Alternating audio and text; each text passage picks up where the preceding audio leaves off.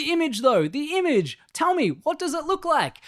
Chill out. So I'm a hobby guy, if you can't tell, and probably my earliest and most enduring hobby is being into cameras, and it started with this little point and shoot camera like 20 years ago, and over the years has morphed into a career.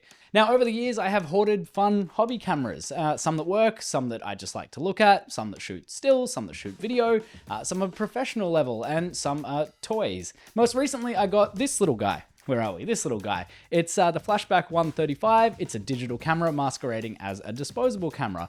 It's a little bit of a gimmick, but it's great. I love it. And also an Australian company too, by the way. Okay, enough of your life story, Tom. Just make something, right? Okay. If you guys are in a similar space to me and you're interested in 3D printing, tech, cameras, and things of that nature, then you might have also heard of something called a pocket dispo. And maybe, like me, you're constantly getting retargeted by them. And no shade at all to the pocket dispo guys, because you are firmly hitting the right target market here with me, but this is built. I'm not going to buy it when I can build it, right? Or at least attempt to build it. So if you're not relentlessly getting retargeted by them, what is it? Basically, it's a disposable camera lens housed in a mount that will fit a modern camera, including for something like a Sony E-mount, which is just one of the cameras that I happen to have access to. So here's the question. Can I pull apart a disposable camera, design a mount and housing from scratch, embed the lens within it during the print, and finally, will it even produce an image? Now, we're not going to get too camera nerdy in this video, but there is some nerdery that does need to be addressed. That nerdery is called flange focal distance. What is that? I'm glad you asked. In a nutshell, it's the distance between where the lens is mounted to the body of the camera and the image plane, which could be the digital sensor or physical film.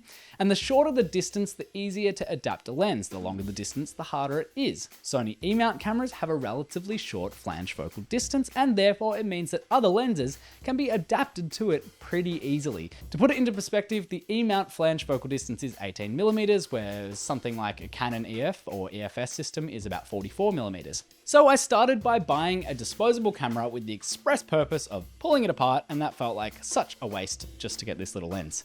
So this is it, the tiny little disposable lens, and you can see it's really quite simple. It's just a domed piece of plastic, which is a far cry from modern zoom lenses with like multiple moving pieces of highly precise glass, but this is what gives it a specific look. Onward. Now, I'll caveat this next part with saying that I did contemplate creating my own E-mount adapter from scratch in Onshape, and I did tinker with the idea, but I soon realized that I don't need to reinvent the wheel, and I'd previously printed one of these off as a replacement body cap for this camera, and I know it fits perfectly, so going forward, I'm just going to build off of this model. Thank you to the designer. So in Onshape, I basically created a new surface that intersects the existing body cap to build off of, and I got to work designing a way for the little disposable lens to sit in the middle of the body cap. And then out from around that, I wanted the rest of the housing to sort of rise away from the disposable lens in a conical fashion, which sort of mimics how a lot of other lenses are designed. And although it's a little different from the way the Pocket Dispo guys are doing it, my thought process was that if the little disposable lens was sitting a bit too proud of the housing, I'd be more likely to get some wacky lens flares and artifacts, and I didn't want to have to buy a bunch of disposable cameras to keep pulling them apart and harvesting the lenses just to keep testing this prototype. So the design itself is pretty straightforward, but where it got tricky was dialing in the settings in the slicer. Again, I only have one disposable lens on hand, and it's going to get shoved inside this print, so I didn't want to rush things and bugger it up. I spent more time investigating the print settings on this particular print than I think I've done in all of my prints combined so far, but basically where I landed was adding a small support blocker in the void where the actual lens would be sitting.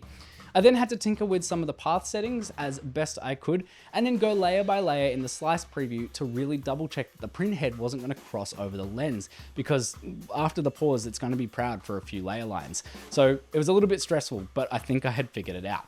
Only one way to find out: print. Then wait, then pause, then the dispo lens didn't fit. I'd already learned this mistake from previous projects, but it didn't even cross my mind as I was designing this time, but I made the void millimeter perfect to the size of the lens, and instead of giving it some breathing room, I ended up with a space that I couldn't push it into. So don't worry, the print wasn't all that far through, so it was better to just stop this print than keep pushing it in and potentially breaking something. Take two, print, wait, pause, and this time the little lens that could fit perfectly. But then I had to resume the print and wait with bated breath to see if the print head would in fact miss the little poking out bit, and thankfully my time in the slicer paid off because it printed without a hitch. Now, one thing I will say, knowing that this was always going to be a one and done because of the aforementioned solitary disposable lens I had, I should have printed this at a finer resolution, because although the final product has come together correctly, it does look a little bit shabby. It definitely pays to think about print orientation, especially when you're one and done. This part where all of the supports is a little gross, but it's not going to be seen when it's on the camera, so I'll allow it for now. At the time of the recording, actually, I've reached out to a local photo lab to see if they have some junk disposable cameras that I can harvest for parts, and they do. I'm going to go pick up some more soon. So you might see a redesigned, more polished version of this one day on the channel. Let me know in the comments if you want to see that, but also I digress. Enough yap, does it work? The answer, my friends, is yes. It actually does, and it's super cool. The image though, the image. Tell me, what does it look like? Chill out. Well, you can see that when I'm actually out in a lit environment, it blooms like crazy. And by that, I mean the highlights have this really pretty but quite blurry effect, even though technically they're kind of in focus. It's all very dreamy, to be honest. So I've proved that I can, in fact, do this, and it produces a usable image. Stylized, yes, but an image nonetheless. But what are the negatives? Well, focus. Everything is kind of in focus and out of focus all at the same time, which again adds to that dreaminess, and I can see how I might use this lens in a really stylized way if you sort of embrace those imperfections for sure, but I don't know, I think I can do better. Now I am happy overall with the outcome, but it did get me thinking, why is there like half the video remaining if I've already finished the project? I mean, what if I could take the learnings from this little lens and try to adapt something else that I could control the focus on? Enter the Holga 135 BC. This is a fun little point and shoot 35mm camera that I used to shoot with in my early 20s, and its whole little gimmick here was that it had this flash box that had these kind of colored gels on it. It meant you could get some like really stylized like high key photography with colors. Ready? Woo! And if you're seeing some images of baby Tom here in different color washes, it means that I went and found these photos, dug them up from my past, so enjoy those. This one has been sitting in a box for many years now, so I don't mind it becoming a sacrificial lamb for the next part of the project. And just so that you know, I'm going a little bit behind the scenes right now. I shouldn't have put that flash in my eyes. All I can see is red right now. It's very hard to read this teleprompter. So one of the things I thought might help with the focus issues is that this lens screws onto the body mount of the Holga and therefore allows me to shift focus a little bit. So my first thought was to keep the lens mount, creating a backing plate for it and adapt the Sony E-mount file onto that. And that turned out to be trash, but very briefly proved the concept that I could get an image out of this lens. Then I changed up the approach slightly and went for the backing plate, this time in perfect prototype green, with a little locating extrusion for the sake of this test that would then help line up the body cap, which I'd put a hole in. The thought process here was that just getting the lens on the body and seeing if that flange focal distance would be in any world acceptable in terms of producing an image before I went too far down the line of designing a robust lens that wouldn't actually produce an image. Okay, so we have an image, but it's blurry and not very controllable at all. I decided to ditch the Holga lens mount as it wasn't really offering much and was probably sitting the lens a bit too far away from the sensor. And the other thing that it was actually offering was the chance for me to avoid having to learn how to make threads in Onshape to get the lens to thread onto something. I was half thinking it might be a good idea to keep this shutter switch though, which allowed some aperture control, but I ended up deciding to proceed without it. The next phase was looking at how to create a housing of sorts directly on the E-mount body cap that would then just hold the Holga lens. Take one didn't go to plan, but take two printed all right, only for me to realize that I'd not paid attention to these little goobers and therefore did not have anything resembling a good fit. We're rapid prototyping, people. We're rapid prototyping. The next one was a twofer, the body cap with the tube on it to hold a different tube, which holds the lens tube.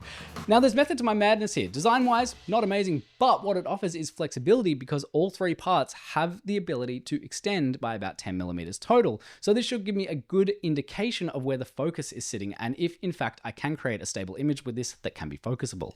And it turns out I can. We got ourselves a very similar image to the disposable lens, however, way less blooming in the highlights and a sharper image overall, and some really weird and fun chromatic aberrations on the edges. Now, a quick aside, and I'm bringing the nerdery back in. Chromatic aberrations is where you get some slight color shift on the edges of hard lines, where the red, green, and blue channels shift ever so slightly and create this kind of little bit of visual trickery. It's generally looked on as a bad thing if you're testing a proper lens and camera setup, but in this case, we're going for something more stylized and we're welcoming these weird artifacts. The only thing was that the focus distance I'd allowed myself in the design was ever so slightly short to be all that useful, and it meant only a tiny bit of contact between the two parts of the print, so I needed to print a final version that was elongated. So I just went all out and redesigned the whole thing from scratch and added some nice texture to the barrel of the lens and printed it in black because, you know, we're in the final stages here, and failure. In my redesign, I'd sent it way too hard with all of the geometry changes and ended up with something that looked nice but produced a tiny, unfocused image. Tom, my guy, get your head together. Land the plane. didn't mean this, but there's actually a plane flying over right now. And finally, here we are, the finished product. No fancy surface, not going to win any design awards, but it produces a really, really annoying image. I think I need to go back to school.